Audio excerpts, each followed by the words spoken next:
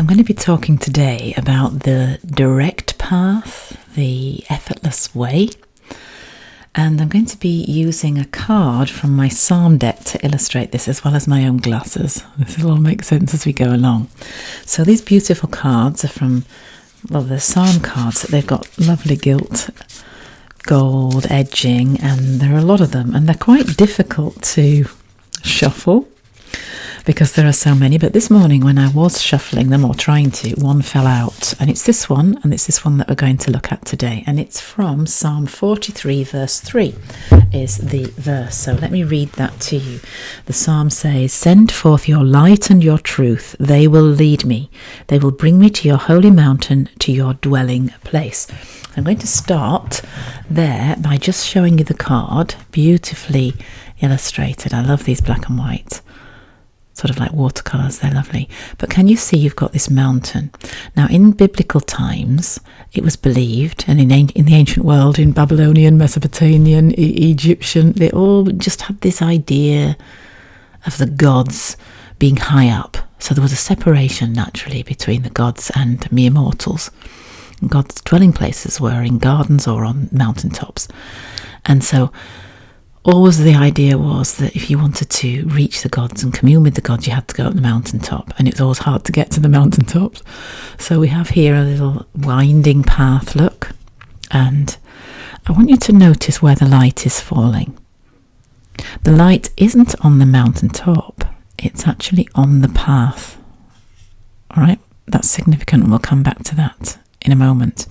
I'm just going to read the commentary on this particular card. It says that every one of us, indeed every part of creation, is in the process of returning to the ocean of light. Gorgeous concept, the ocean of light. And we're going to be thinking about the ocean of light when we think about non-duality. The destination of destinations. And then it goes on to say that mystics often speak of two different paths. And one of these paths is the striving for enlightenment, striving to be at the mountaintop, and how that is a way that leads you into the pitfalls of always having to suppress desire and never quite attaining. It's always elusive. It's always out of reach. There's always another spiritual practice to master. You never quite feel that you've got there. And you're always chasing an experience also. You're always kind of like wanting the bliss, the experience of union, of connection. And so you become impatient with yourself when you're not able to attain that.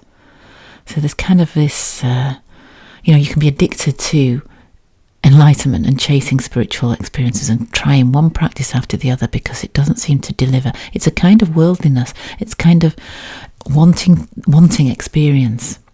And yet experience is part of the world of duality, because duality is all about sensation, perception, thoughts, feelings, all of those things that are alluring and that stimulate us. Okay, so I just took my glasses off then, and I'm using my glasses to illustrate that when, I'm not too bad, I can still see form and shape, but let's just imagine that we have these glasses on, and these glasses show us the world as we think it appears in 3D. People have asked me, what do you mean by duality and non-duality? I don't really understand it. And this is usually people who've been brought up in a Christian background. Well, that's not surprising, because Christianity doesn't really teach duality. And the reason Christianity doesn't teach duality is because it is all based on story. The whole thing exists. Christian belief exists on story, which is dualistic. So it couldn't function outside of story. But I don't think that that's true of Jesus. I don't think that's true of Jesus' wisdom and his teaching. I think he was a non-dualist teacher trying to teach non-duality, but the people didn't get it, so as a concession to where they were, he would give them story. And then his teachings about the I amness of experience became lost in a story that the Christians have told about him. Anyway, I'm diverging, I'm going off at a tangent. I want to come back to what I was trying to say, that the world of form, as we see it, this 3D reality, is a filter of the body. It's through the eyes, looking out that way. and see everything as shapes and objects that are separate to where I think I am. So if I were to ask you where you think you are, where is it located, you'd probably sort of say somehow behind the eyes. And so you're looking out of the eyes to this world that seems to be out there. Okay, non-duality says that that's an illusion, really, that's a projection. This is just a version of reality that is through the filter of the body.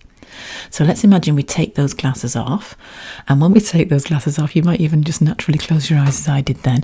As we take those glasses off, everything collapses. That whole sort of projected world, that simulation, if you want to call it that, collapses, and all you have is this ocean of light, this ocean of light.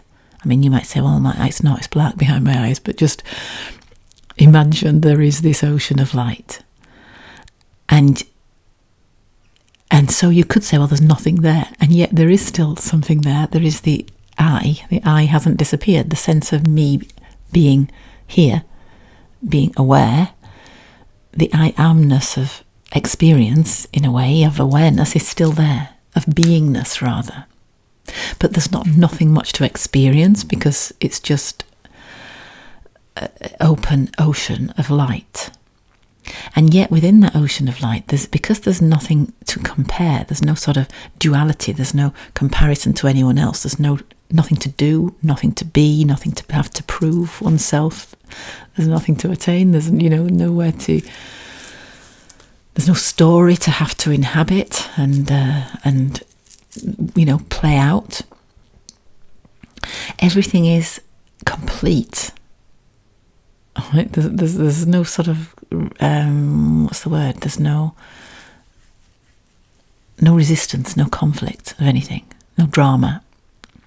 So we could say, well, that's boring. There's nothing happening. So hence why we want to come back into the world of duality, because it's exciting. There are things happening. And yet while we're in the world of duality, the world of being a person and having a life and having an experience and having a job and having relationships and having dramas happen, sometimes exciting ones, sometimes tragic ones, we spend a lot of the time grumbling about it. We want to be free of it. We're on a roller coaster of emotion, and so we think, I just want this all to stop, and I want to be able to get off. And we can get off because we can close our eyes. We can go back to that ocean of light because it's always there. Because the I doesn't change. It's just experiencing different things. The I is a constant. The I amness of awareness is a constant.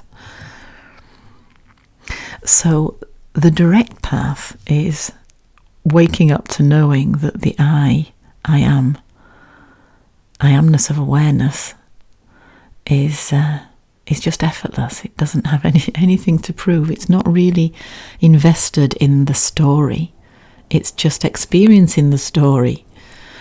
And the story of me and the story of you, it's just arising in consciousness. It all just seems to be separate, but in reality it's not separate. And I think that this is what this is about. This here is about knowing that the light is just where you are.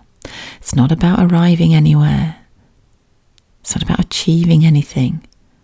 It's not about being anything other than you already are. The I am that's looking out of your eyes is pure awareness. It's the same pure awareness as it would be if you were there at the mountaintop. It couldn't care less whether you're at the mountaintop or at the bottom of the mountain, because that whole concept is just part of a story. And I think this is what Jesus understood and what he was trying to say when he said, I am the way, I am the truth, I am the life. Remember that he was talking to people who were always asking him questions about what the truth was, what was the way. He was a rabbi, so there would be other rabbis. They all had their own style and their own yoke. And by yoke, I mean that was what they called it. They called it like the one that you lead. A yoke was a sort of harness on an animal, but it was also what they used to describe taking on somebody's teaching, to let that person lead you. And all the different rabbis had their own disciples. And so some teachers would really maybe have a lot of practices that you had to do, a lot of hours of prayer and meditation, and different traditions will say that this is what you need to attain enlightenment. And so when Jesus said, the burden I give you are only light, follow my way, let me read that to you. When he said, come to me, all you who are weary and burdened, and I will give you rest. Burdened what from? From life, from the story, just from your busy lives, or maybe from you're trying so hard to arrive at what you think is, being a spiritual person, being a good person. I will give you rest. Take my yoke upon you and learn from me, for I am gentle and humble at heart, and you will find rest for your souls. For my yoke is easy and my burden is light. Effortless being. That's what he's talking about, this effortlessness. Why is it easy? Because it doesn't have to do or be anything other than what it already is. It just is an awareness of that. The awareness itself takes the need for all the work away. Because if there's an awareness that the I am is all that there is, once you take the glasses off, everything just collapses, so the separation collapses. And there's no beginning or end to me, and there's no beginning to you or anything else around me, then suddenly there's just wholeness and completeness.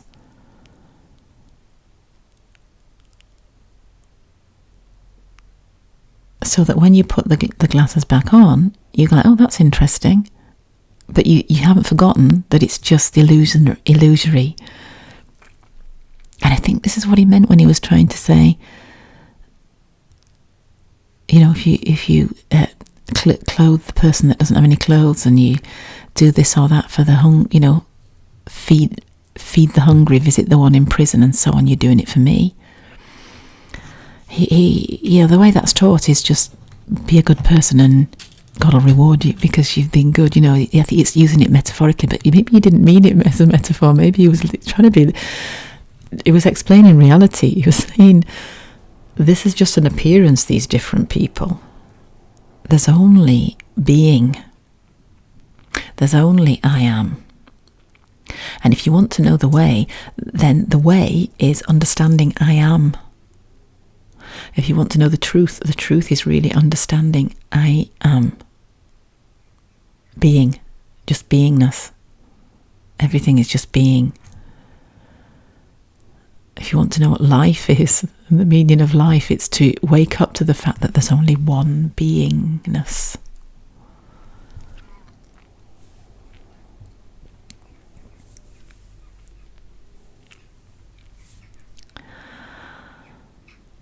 This word light is also interesting. See the light there on the path that's illuminating the way. I learned just last week that the word light in Hebrew, I don't speak Hebrew, but somebody who does speak Hebrew was explaining that it's O-H-R, how you would spell it, or O-H-R. And that word the original meaning of that word isn't just light as in illumination, like this looks like a torch light, doesn't it? Like a beam of light shining down. The real meaning of that word is order, form and order. And so that makes sense of the Genesis narrative that says, everything was formless and void in the beginning. And then God said, let there be light. It's a story. God said, let there be light. So it doesn't just mean suddenly turn the light switch on, it's not dark anymore, I can see what I'm doing now. It actually means that everything was brought into form and order. Which tells me two things. Firstly, that there's a design and an intention to everything. There's an intelligence behind everything that's holding everything together. But it also says that before duality, there was non-duality. This is describing the birth of duality, this created universe, or certainly created planet Earth, which is all we really experience, is a place of form. And that's how we're programmed. We're programmed to experience it as separation for the purpose of having experiences and taking those experiences home, which is what it says, doesn't it? Here it just says that we're all, every one of us is in a process of returning to the ocean of light, the destination of destinations.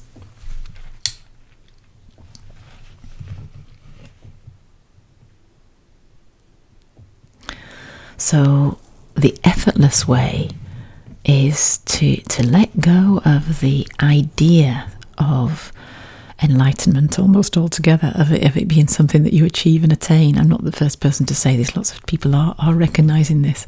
And duality can be just as much a story that can trap you as Christianity, a non-dual religion. I've known of people saying, just that becomes a narrative, a burden, a kind of ideology, philosophy, and even that you can drop. And it's just this tendency to want there to be a story. And allowing that even to fall away just liberates you from it all, and that's the actual lightness of being. A burden is only light.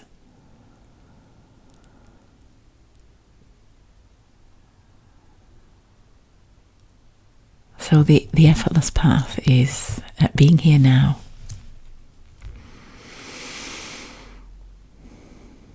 And yet even in that, not trying too hard to be here now. Just being. And being okay with being. I don't know if this is starting to make sense. It's very liberating.